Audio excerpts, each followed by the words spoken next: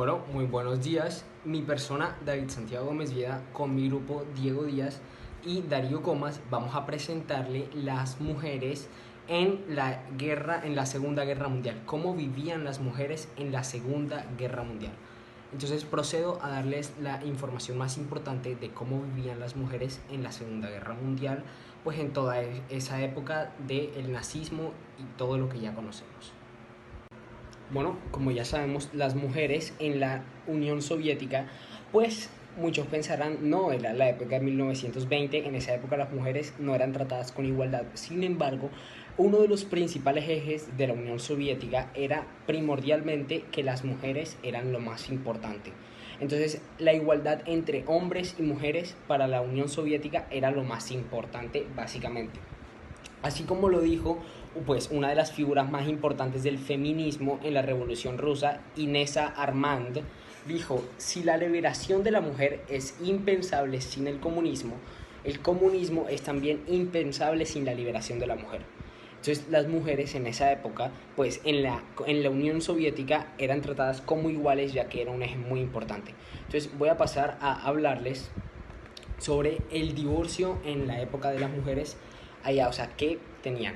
Si las mujeres no solo obtuvieron el derecho al divorcio, sino que desde 1917 se revolucionó la manera de divorciarse. Si ambas partes pedían el divorcio, este se efectuaba de inmediato, pero si solo una de las dos partes, pues, decía, no, yo me quiero divorciar, se hacía un juicio sin necesidad de pruebas y sin nada, simplemente que el juez decidiera.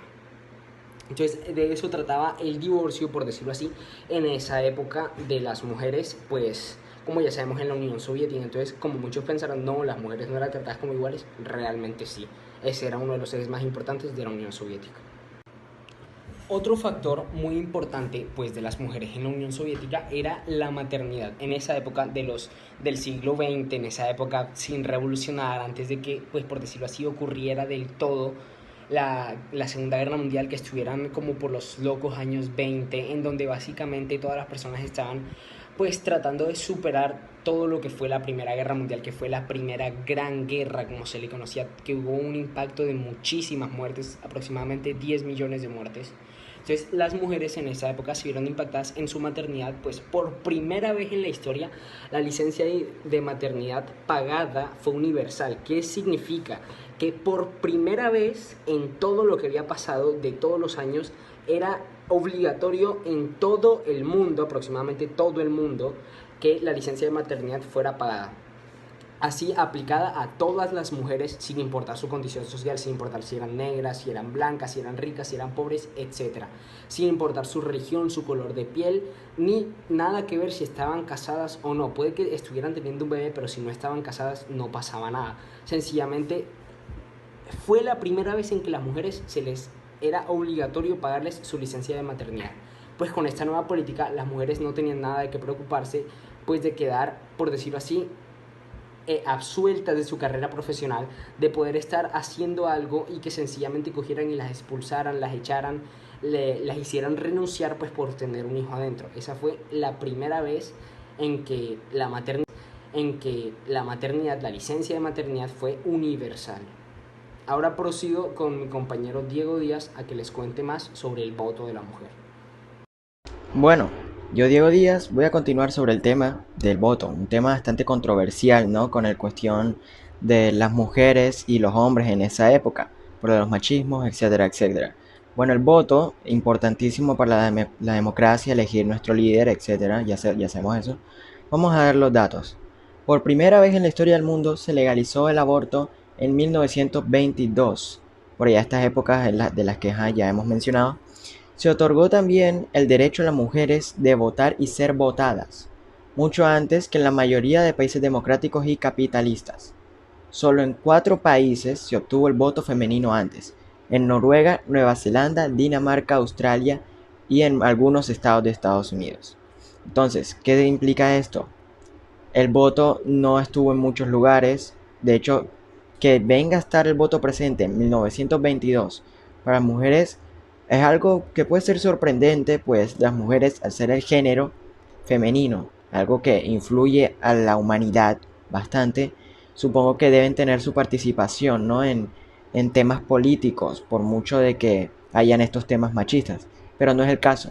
Algunos estados de Estados Unidos, ya se mencionó, no todo Estados Unidos, y también se mencionó que varios países de Europa y Oceanía, incluso Nueva Zelanda y esto. Estos son los datos sobre el voto de la mujer en la Unión Soviética, estas épocas alrededor del país, 1922. Muchas gracias. Las mujeres durante el periodo de tiempo de la Unión Soviética sufrieron mucho, pero poco a poco se fueron revolucionando y pudieron presenciar su emancipación laboral. Las mujeres soviéticas no tenían restricción laboral, se podían dedicar a la carrera que ellas quisieran, desde médicas hasta científicas o desde ingenieras hasta astrónomas. Todo esto lo hacían recibiendo el mismo pago y el mismo salario de los hombres, así que podían tener muchos beneficios para su familia y poder sostenerse ellas mismas. Esto causó una viralidad un poco extraña durante ese tiempo, ya que se suponía que los hombres eran los que sostenían la familia solos y que las mujeres se quedaban en la casa haciendo las cosas de la casa. Y bueno, gracias a esto las mujeres pudieron irse sosteniéndose poco a poco y poder saliendo adelante y gracias a al decreto de constitucional. Por un lado, este trabajo se añadía a las labores del hogar de las mujeres que no habían dejado de existir. Pero por otro, el mero ingreso salarial las dejó sostenerse a ellas mismas y a su familia, la crianza, y esto impulsó a la creación de escuelas, guarderías, kindergarten, así como lavanderías públicas, comedores populares, etc. Un ejemplo de esto fue Alexandra Kolonai, una de las revolucionarias más importantes. Como una conclusión, podemos inferir de que las mujeres sufrieron mucho durante ese tiempo de la Unión Soviética. No tenían casi derechos y recibían mucha violencia cuando se refería a la maternidad. Las mujeres pudieron ir obteniendo derechos poco a poco, por ejemplo el del voto, que podían expresarse libremente a elegir al líder que ellas quisieran, que les fuera más conveniente, ya que eran periodos de tiempo muy difíciles para ellas. Otro ejemplo de esto es el trabajo, que pudieron ir obteniendo el mismo salario por la carrera que ellas quisieran y poder sosteniendo su familia ellas mismas también con su marido respectivamente. Otro ejemplo de esto fue de que ya no sufrían violencia intrafamiliar durante la maternidad, ya que hubo una ley que a las personas que hacían eso podrían ir a la cárcel o asimismo, en caso extremo, a la ejecución. Y bueno, las mujeres se fueron liberando poco a poco y los derechos de ellos fueron incrementando gracias a el decreto de constitucional y gracias a eso las mujeres hoy en día son más virales y se pueden defender gracias a sus derechos.